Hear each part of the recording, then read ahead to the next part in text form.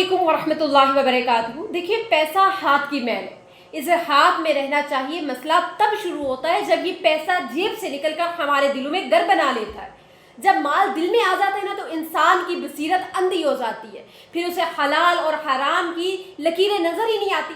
जो उसका दिल आता है वो करता जाता है, सिर्फ कमाने की खातिर कि मेरे पास ज्यादा पैसा हो, मेरे पास ज्यादा दौलत हो। फिर इसे हलाल और हराम की लकीरें नजर ही नहीं आती। इससे रिश्ते नाते बोझ लगने लगते हैं, और इससे रिश्ते भी अंधे लगने लगते हैं, बोझ लगने लगते हैं, और वो हदूद पार करने लगता है, जिसे अल्लाह सुब्हानहू व तआला ने सख्ती से मना किया है। अल्लाह की दी हुई नेमत को वो अपनी काबिलियत समझने लगता है, और यहीं से तकब्बुर और गरूर जन्म लेता है। जब बंदा मगरूरी में आता है तो वो भूल जाता है कि ये जो कुछ भी है मेरे पास, ये अल्लाह सुब्हानहू व तआला की अता करदा नेमतें हैं। वो ये भी भूल जाता है कि जो अल्लाह मुझे दे सकता है वो मुझे एक लम्हे में छीन भी सकता है। कुरान में अल्लाह सुब्हानहू व तआला ने मर्द को औरत पर कवाम बनाया। अफसोस कि आज हमने इसका मतलब हाकिम या अफसर या फिर ऑर्डर देने वाला समझ लिया है। हरगिज ऐसा नहीं है। क़वाम का असल मतलब है केयर टेकर, निगहबान और मुहाफिज। ये कोई एजाज नहीं है, बल्कि बहुत ही बड़ी जिम्मेदारी है, बोझ है। मर्द को कवाम इसलिए बनाया गया क्योंकि वो औरत की हिफाजत करे, उसकी ज़रूरियात को मुकम्मल तौर पर चार दीवारी के अंदर पूरा करे, और मर्द औरत के जज्बात का जामिन है। देखिए, अल्लाह सुब्हानहू व तआला ने मर्द पर यह बोझ इसलिए डाला क्योंकि अल्लाह ताला ने मर्द को जिस्मानी और फितरी तौर पर मुशक्कत के लिए बनाया है, क्योंकि वो अपना माल खर्च करते। यहाँ से ये बात वाज़ेह हो जाती है कि बाहर निकाल कर ठोकरें खाना, पैसा बहाना और इसके हलाल कमा कर लाना, ये सिर्फ और सिर्फ मर्द का काम है, ताकि घर की औरत, माँ या बहन या फिर बीवी सुकून का गवारा और जन्नत बना सके, अपने बच्चों की अच्छी तरबियत कर सके। आजकल हम लोगों ने फाइनेंशियल इंडिपेंडेंट के नाम पर औरत को घर से तो निकाल दिया है, उसे मुआशरी दौड़ में शामिल कर दिया है। इस्लाम कहता है कि औरत की इज्जत इसमें है कि इसे कमाने की फिक्र ना हो, उसे तहफ़्फ़ुज़ देना ये मर्द का काम है। जब एक मर्द का साया उसके सर पर मौजूद है तो उसे बाहर जाकर काम करने की जरूरत नहीं है। उस मर्द की जिम्मेदारी है कि वो घर के अखराजात को अफोर्ड करे। जब औरत माशी बोझ उठाती है तो वो आहिस्ता आहिस्ता फितरी नज़ाकत और सुकून खो देती है, जो एक घर की तमीर के लिए ज़रूरी है। देखिए, मर्द का काम है कमाना, और औरत का काम है इस कमाई में बरकत डालकर नस्लों की आबियारी करना।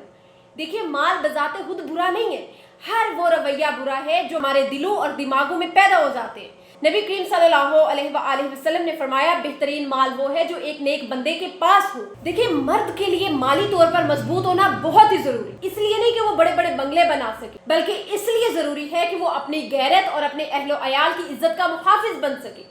जब मर्द माली तौर पर कमजोर होता है तो मुआशरा उसकी औरत और बच्चों पर नजरें जमा लेता है। इसलिए मर्द का कमाना बस दुनियादारी नहीं है, बल्कि एक जहाद है। रसूलुल्लाह सल्लल्लाहु अलैहि वसल्लम का फरमान है, ऊपर वाला हाथ नीचे वाले हाथ से बेहतर है कि वो इतना कमा कर जाए और इतने वसाइल अपनी औलाद के लिए छोड़े कि इसके पीछे इसकी बेवा और यतीम बच्चे लोगों के सामने हाथ न फैलाएं। एक सहाबी ने जब अपनी पूरी जायदाद सदका करनी चाहिए तो आप सल्लल्लाहु अलैहि वसल्लम ने फरमाया, तुम अपनी औलाद को गनी मालदार छोड़कर जाओ, ये इससे बेहतर है कि तुम उन्हें मुहताज छोड़ के जाओ, लोगों के सामने वो तुम्हारे पीछे से हाथ फैलाते रहे। ये है असल फाइनेंशियल इंडिपेंडेंस। मर्द को ऐसा कवाम बनना चाहिए कि वो जीते जी भी अपनी औरतों का सहारा हो, और इसके गुजर जाने के बाद भी इसका छोड़ा हुआ हलाल माल इसकी नस्लों की ढाल बनकर खड़ा हो। माल दिल में ना आए, यहाँ एक बारीकी नुक्ता है जिस पर तवज्जो देने की जरूरत है। मर्द को कमाना तो है, लेकिन इसे अपनी औलाद की तरबियत ऐसी करनी है कि ये माल इनके हाथ में रहे,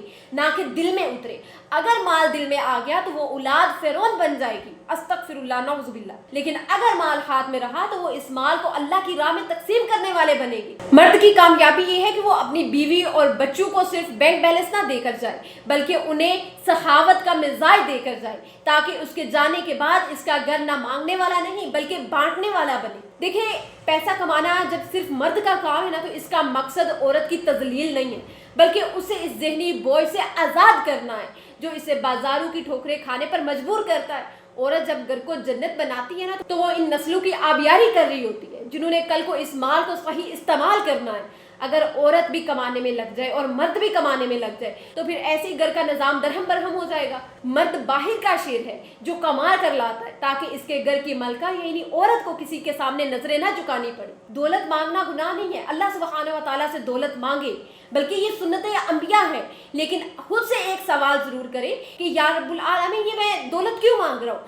اگر اس لیے کہ میں دوسروں پر رعب جماؤں یا عیاشی کروں تو یہ مال آپ کے لیے فتنہ بن جائے گا. لیکن اگر آپ کی نیت یہ ہے کہ یا اللہ میں اس لیے مانگ رہا ہوں تاکہ میں تیری مخلوق کی خدمت کروں، اپنے گھر والوں کو عزت دوں اور کسی کے آگے وہ ہاتھ نہ پھیلا سکیں، تو یہ مانگنا عبادت بن جاتا ہے. اللہ سبحانہ و تعالیٰ سے دولت مانگنے سے پہلے آپ خود کو اس قابل بناؤ کہ اللہ پاک نے مرد کو قوام بنایا ہے، حافظ بنایا ہے، ذمہ دار بنایا ہے. اللہ نے رزق کے دروازے محنت میں رکھے.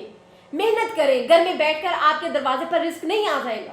اگر آپ کے ہاتھ میں کوئی ہنر ہے، آپ کے پاس کوئی علم نہیں ہے اور آپ صرف مصلے پر بیٹھ کر لاکھوں روپے مانگ رہے، تو یاد رکھیں کہ صحابہ کرام بازاروں میں تجارت کرتے تھے اور پھر اللہ سے برکت مانگتے تھے. اگر آپ کے اندر ابھی سے دوسروں کا احساس نہیں ہے تو اللہ آپ کو بڑا مال دے کر آزمائش میں نہیں ڈالنا چاہتا.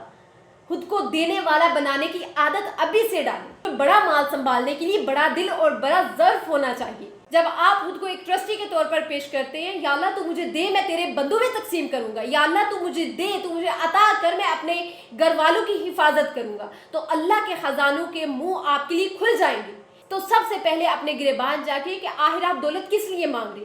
آپ گاڑی اس لیے تو نہیں مانگ رہے کہ اللہ آپ کو گاڑی دے اور آپ میوزک لگا کر اس میں آرام سے بیٹھ کر سنیں. اسی لیے اللہ سبحانہ و تعالیٰ، اگر یہ آپ کی سوچ ہے تو اس لیے اللہ سبحانہ و تعالیٰ ابھی آپ کو عطا نہیں کر رہا، کیونکہ اللہ سبحانہ و تعالیٰ آپ کو آزمائش میں نہیں ڈالنا چاہتا.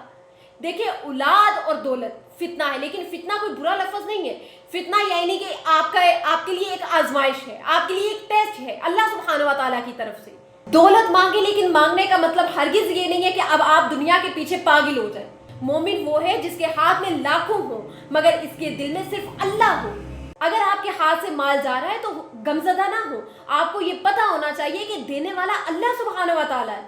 اگر مال آپ کے پاس آ جائے تو خدا را مغرور نہ ہو، کیونکہ اسے بھی پتا ہے کہ اس کا کمال نہیں ہے، یہ بلکہ اللہ کا فضل ہے. اللہ سبحانہ و تعالیٰ سے خوب مانگے، لیکن حلال روزی مانگے، حلال دولت مانگے، کیونکہ وہ دینے والا ہے، اسے مانگنے والے پسند ہیں.